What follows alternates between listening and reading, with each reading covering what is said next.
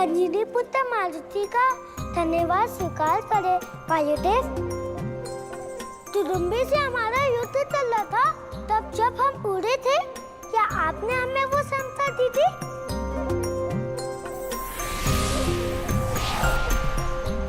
अर्थात आपने हमारे प्राण बचाए।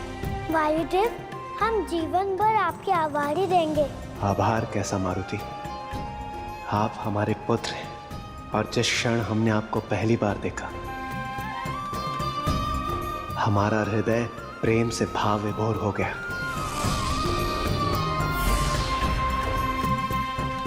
हम वानरों के कुल देवता हैं पुत्र।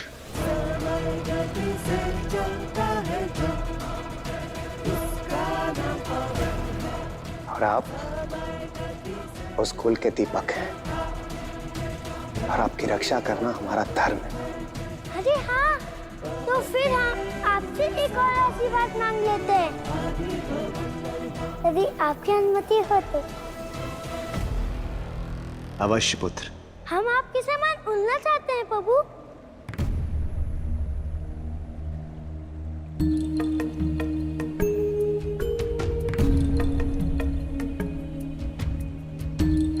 आपकी अभिलाषा हमें ज्ञात है पुत्र, किंतु प्रकृति के कुछ कठोर नियम हैं और उन नियमों के अंतर्गत हम सभी बाध्य हैं और उन्हीं नियमों के अनुसार वानर कभी उड़ नहीं सकते। वानरों का कार्य है पूंछ उठाकर मनोरंजन करना, और यह भी स्मरण रखना कि वानर कभी उड़ नहीं सकते। हमें उड़ना होगा वायुदेव, और हम आपके आशीर्वाद से अवश्य उड़ेंगे। कृपया आप हमें अपना शिष्य बना लीजिए। हम आपको वचन देते हैं, गर्व होगा एक दिन आपको हम पर। उचित है पुत्र, उसके लिए आपको एक परीक्षा देनी होगी। यदि आप उत्तीर्ण हुए, हम आपको उड़ना अवश्य सिखाएंगे। हम प्रस्तुत हैं। स्मरण रहे पुत्र, ये खेल गति का है। हम देखना चाहते हैं आप में कितनी चपलता है। क्या करना होगा हमें? वो देखो पुत्र,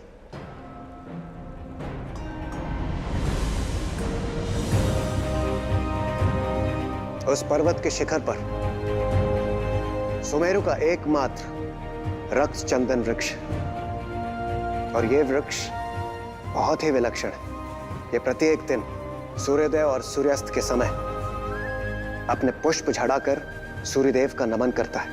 और आश्चर्य की बात यह है, ये पुष्प धरती पर गिरते हैं तो वो गिरते ही भस्म हो जाते हैं। सूर्यास्त होने को है पुत्र, वो भी कुछ ही क्षण में। हम चाहते हैं कि आप शीघ्र अतिशीघ्र उस पर्वत के शिखर पर पहुंचे और हमें यह बताएं कि उस वृक्ष से कितने पुष्प झड़े और कितने भस्म हुए। किंतु स्मरण रहे, यदि आपका उत्तर अनुचित हुआ तो आप हमारे शिष्य नहीं बन पाएंगे। क्या आप इसके लिए तैयार हैं?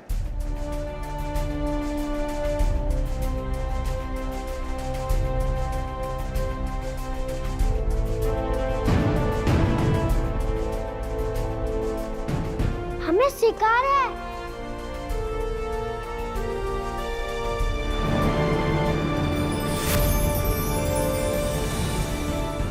इस शंख के बजते ही आपका समय आरंभ होगा।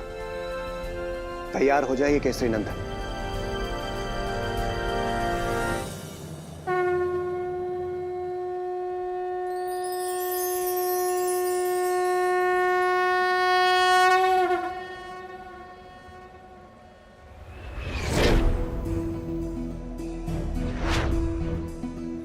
जय हनुमान ज्ञान गुण सागर, जय कबीर सुति हुलो पूजा कर। जय हनुमान ज्ञान गुण सागर, जय कबीर सुति हुलो पूजा कर। राम अतुलित बल धामा, अंजनी पुत्र पवन सुत नामा। वीर विक्रम बजरंगी, और सुमति के संगी। कंचन वरण विराज सुबेसा, कानन कुंडल कुंचित केसा। जय हनुमान ज्ञान गुण सागर। सूर्यास्त होने में केवल खुशी सर शेष हैं। शंकर सुवन केसरी नंदन तेज प्रताप महाजगवंदन जय हनुमान ज्ञान गुण सागर जय कपीस तिहु लोक उजागर राम दूत अतुलित बल धामा अंजनी पुत्र पवन सुत नामा जय हनुमान ज्ञान गुण सागर जय कपीस महाबली हनुमान की जय।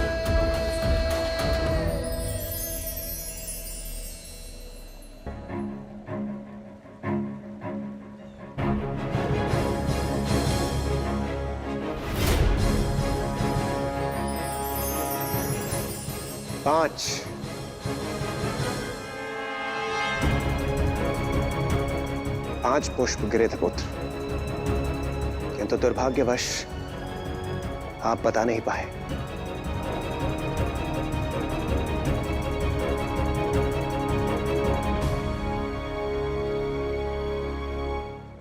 पुत्र, इसमें इतनी निराश होने वाली कोई बात नहीं, क्योंकि आपसे कोई भी त्रुटि नहीं हुई। यह तो प्रकृति है जिसने आपको ऐसा, और वो देखिए उन पक्षियों को वैसा बनाया है। हमने आपसे पूर्व में भी कहा था, हम सभी प्रकृति के नियमों के अंतर्गत बाध्य हैं, किंतु एक वानर होकर जिस गति का प्रदर्शन आपने किया है वो बहुत ही दुर्लभ है।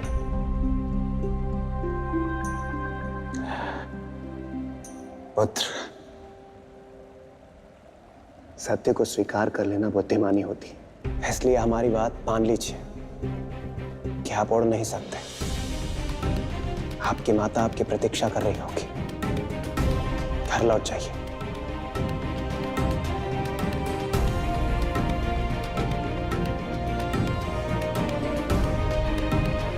रुकिए वायुदेव,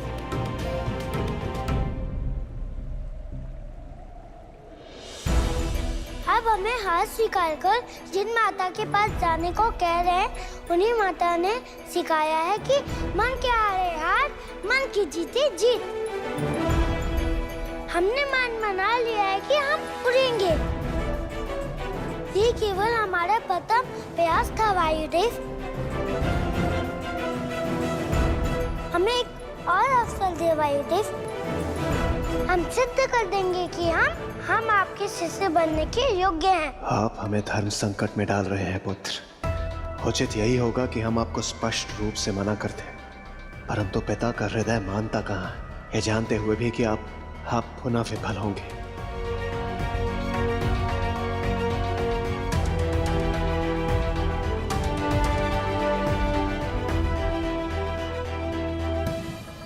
उचित, हम आपको एक अंतिम अवसर देते हैं।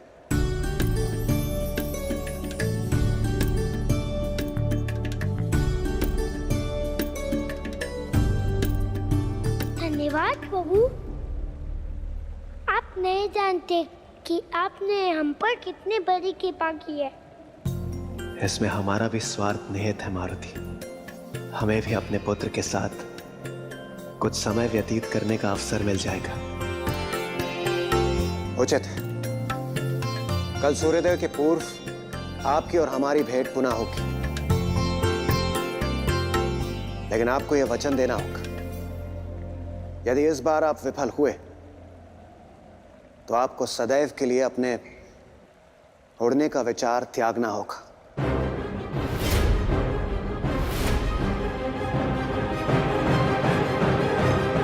क्या आपको स्वीकार है? हमें स्वीकार है, हमें स्वीकार है।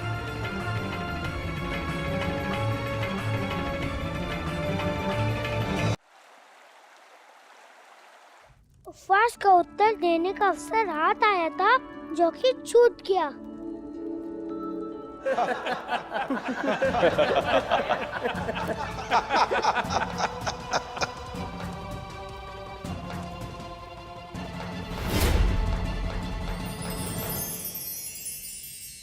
हम आपको एक अंतिम अवसर देते हैं, यदि इस बार आप विफल हुए तो आपको सदैव के लिए अपने उड़ने का विचार त्यागना होगा।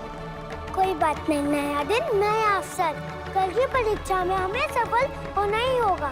कैसी परीक्षा मारुति?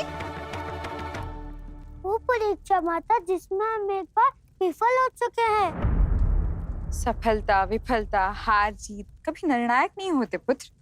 हम केवल इतना कर सकते हैं कि जब भी हमें अवसर मिले हम श्रेष्ठ प्रयास करें। सौभाग्य से हमें अवसर प्राप्त हुआ है माता। अच्छा, और इस बार हम आ नहीं सकते।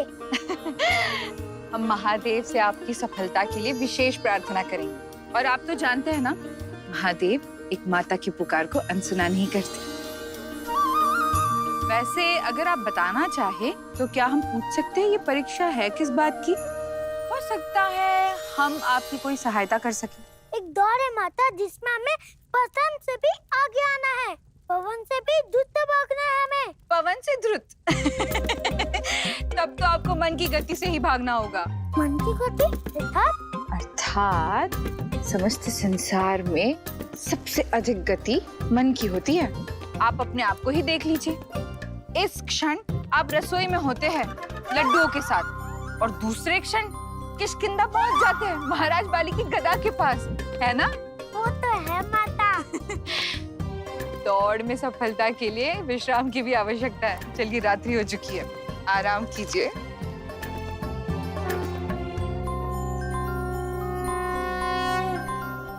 अभी इस क्षण आराम से सो जाइए। कल जो भी होगा अच्छा ही होगा।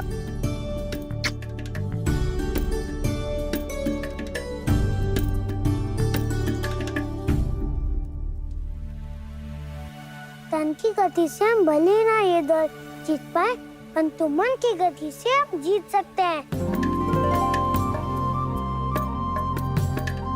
हमारे मारुति को उड़ने की कला सीखनी है, लेकिन उससे पूर्व उन्हें अपने मन की गति को अपने वश में करना होगा। अद्भुत।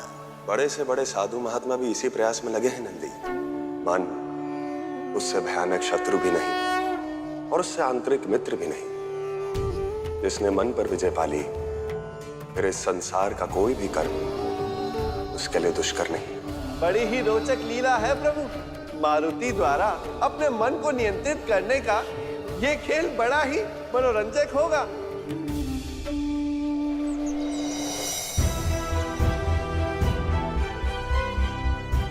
हम परीक्षा के लिए प्रस्तुत हैं वायुदेव।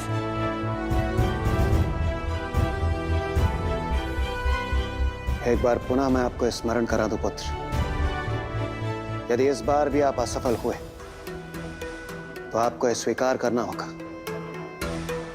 कि आप उड़ नहीं सकते। सूर्योदय होने को कली के समान आपको पर्वत के शिखर पर पहुंचकर गिनती करनी और यह ज्ञात करना है कि वृक्ष से कितने पुष्प गिरे और कितने भस्म हुए।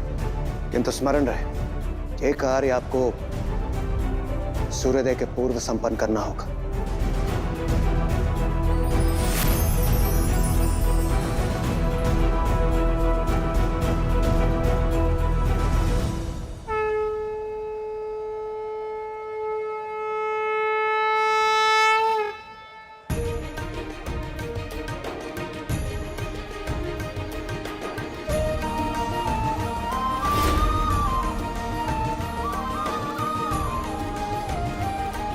ये कर क्या रहे हैं मारुति?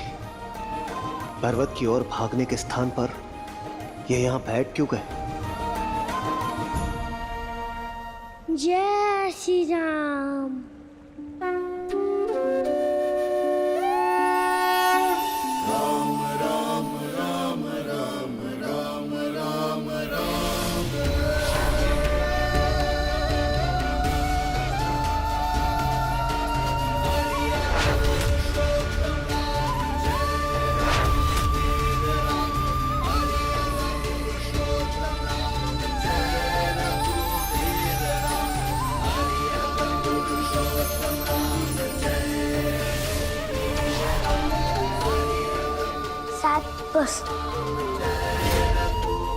शतपुष्प गिर के भस्म हुए हैं वायुदेव।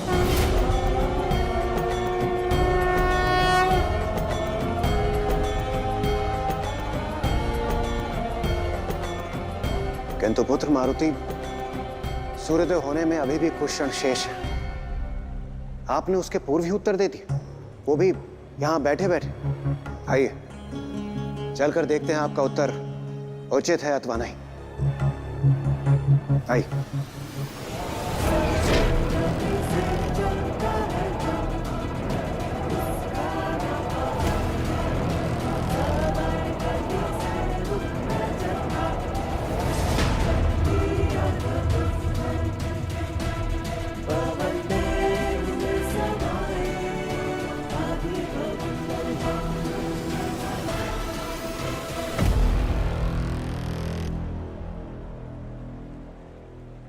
आश्चर्य, यहां तो 7 ही पुष्प हैं, किंतु पुत्र आपने ये कैसे जाना कि 7 ही पुष्प हैं? आप तो वहां से भागे भी नहीं। शरीर के स्थान पर हमने इस बार अपने मन को भगाया वायुदेव, क्योंकि मन की गति सबसे द्रुत होती है।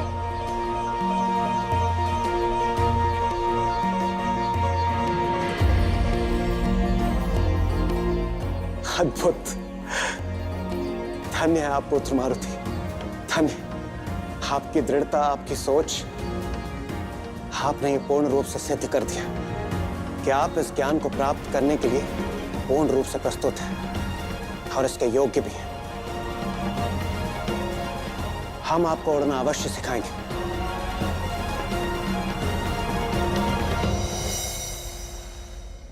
पथ अनेक होते हैं, किंतु लक्ष्य मात्र एक। जिस प्रकार गुरु होता है, उसी तरह ज्ञान भी होता है।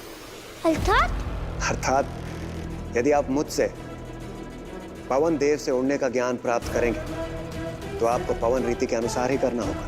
क्या होती है पवन नीति? जिस प्रकार पक्षी उड़ने के लिए अपने पंखों की सहायता लेते हैं, उसी प्रकार हम भी अपने सप्त मरुड़ गणों की सहायता से इस समस्त संसार में जीवन वायु प्रवाहित करते हैं, जो सप्त मरुड़ गण आपको उड़ना सिखाएंगे। क्या आप उनसे मिलने के लिए तैयार हैं? हम प्रस्तुत हैं। पृथिव्यां प्रथम स्कंदो द्वितीश्चैवो भार्गरे सोमे तृतीयो विज्ञेश चतुर्थे ज्योतिषांगणे ग्रहेषु पंचमेश सप्तर्षे पंचमंडले द्वेतु सप्तमेश्व मातस्कंद परस्तु सह।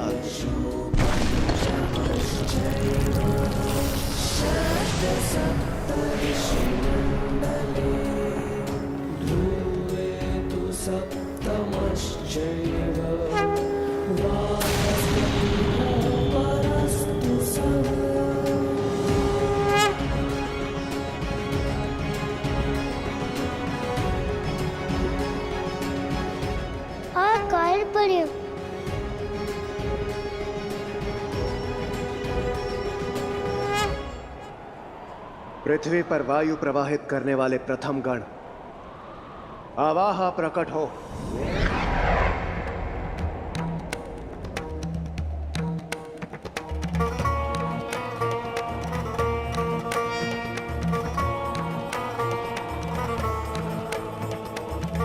सौर्य मंडल में वायु प्रवाहित करने वाले द्वितीय गण प्रवाह प्रकट हो।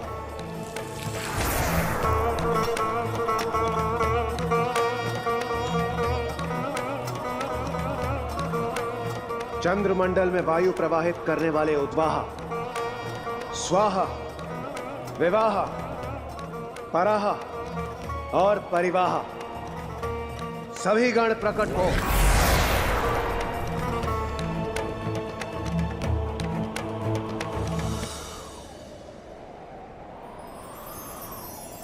सप्त मरुड़ गण, आप सभी का स्वागत है। हे वायुदेव, क्या हम जान सकते हैं कि आपने हमारा आह्वान क्यों किया? सप्त मरुड़ गणों से मेरा यह निवेदन है, आप सभी मेरे भीतर विलीन हो जाएं, जिससे हम सम्मिलित रूप से मारुति को उड़ने का ज्ञान प्रदान कर सकें। कहीं ये कोई सपना तो नहीं?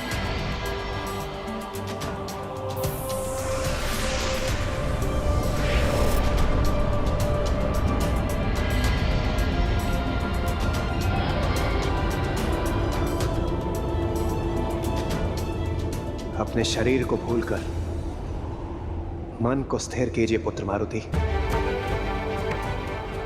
आइए।